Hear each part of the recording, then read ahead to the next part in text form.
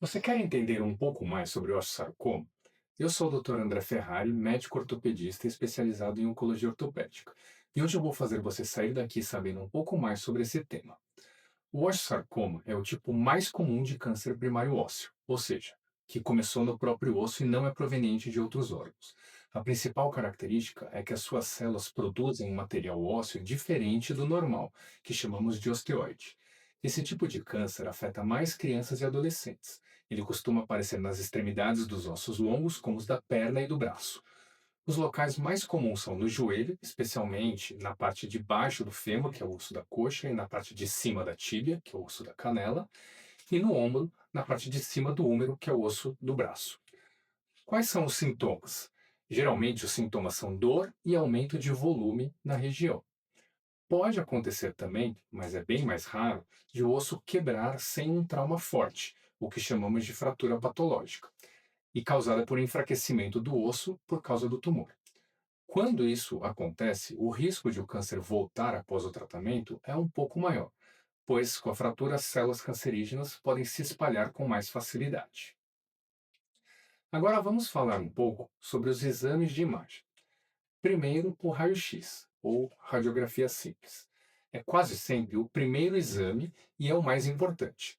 Na maioria dos casos, o raio-x mostra uma área que forma esse material ósseo diferente, que é o osteoide, como uma mancha mais branca e mais densa no raio-x. O raio-x também pode mostrar a destruição do osso, e às vezes o tumor se espalhando para os tecidos moles ao redor do osso, o que chamamos de componente de partes moles. E aqui eu tenho que fazer uma observação importante. Depois da quimioterapia, o tumor no raio-x pode mudar um pouco de aspecto, ficando um pouco mais branco e mais esbranquiçado do que estava antes.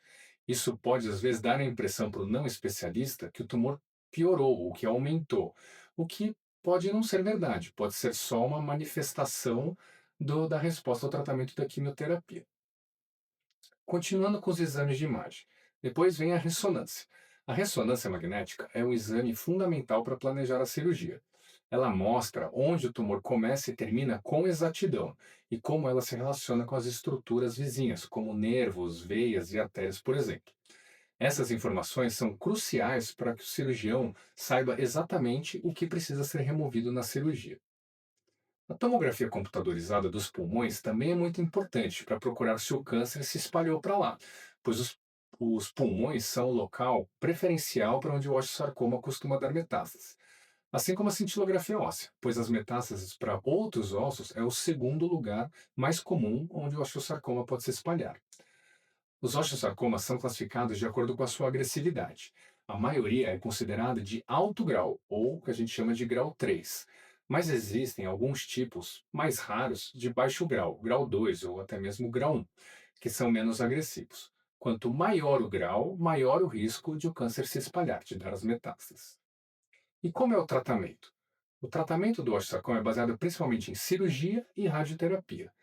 Em geral, se faz a quimioterapia antes da cirurgia, o que chamamos de quimio neoadjuvante, por cerca de 3 meses. Daí vem a cirurgia, e depois da cirurgia, mais quimioterapia, que é a chamada quimioterapia adjuvante, por mais 3 meses. A cirurgia é o principal método de tratamento. Sem a remoção completa do tumor, a cura é praticamente impossível. Felizmente, hoje em dia, é possível preservar o membro afetado pelo tumor na grande maioria dos casos, fazendo a amputação ser cada vez menos necessária. As reconstruções ósseas após a retirada do tumor são, em geral, cirurgias muito grandes e complexas. O espaço que fica após a retirada do osso com o tumor precisa ser preenchido de alguma forma.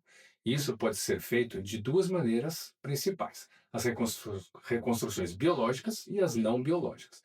As reconstruções biológicas usam material ósseo.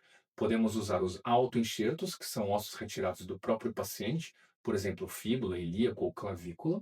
A principal vantagem é que eles se integram muito bem com o corpo e duram mais tempo, mas as desvantagens são que a quantidade de osso geralmente é pouco e a retirada desse enxerto não deixa de ser uma segunda cirurgia, portanto sujeita aos riscos de complicações cirúrgicas e sequelas. Já o ala-enxerto é um osso que vem de um banco de tecido de doadores. A maior vantagem é a facilidade de encontrar um osso que tem o tamanho e o formato ideais. No entanto, o risco de complicações é bem maior do que quando se usa o autoenxerto. Por fim, temos as reconstruções não biológicas, que são as próteses metálicas, que também chamamos de endopróteses não convencionais. Elas são implantes de metal que substituem o segmento ósseo removido. As endopróteses têm resultados excelentes no curto e médio prazo, mas a longo prazo, essas peças sofrem desgaste e podem se soltar, e o paciente pode acabar precisando de novas cirurgias. Espero que esse vídeo tenha ajudado a esclarecer o que é o osteosarcoma e como ele é abordado. A informação é uma ferramenta poderosa e conhecer os sinais e sintomas pode fazer uma grande diferença. Se você conhece alguém que possa se beneficiar dessas informações, por favor, compartilhe esse vídeo. E o mais importante, se você ou alguém próximo de você apresentar qualquer um desses sinais ou sintomas mencionados, ou se tiver preocupações sobre a saúde óssea, não hesite em procurar um médico especialista. A detecção precoce e o acompanhamento profissional especializado são fundamentais para o sucesso do tratamento.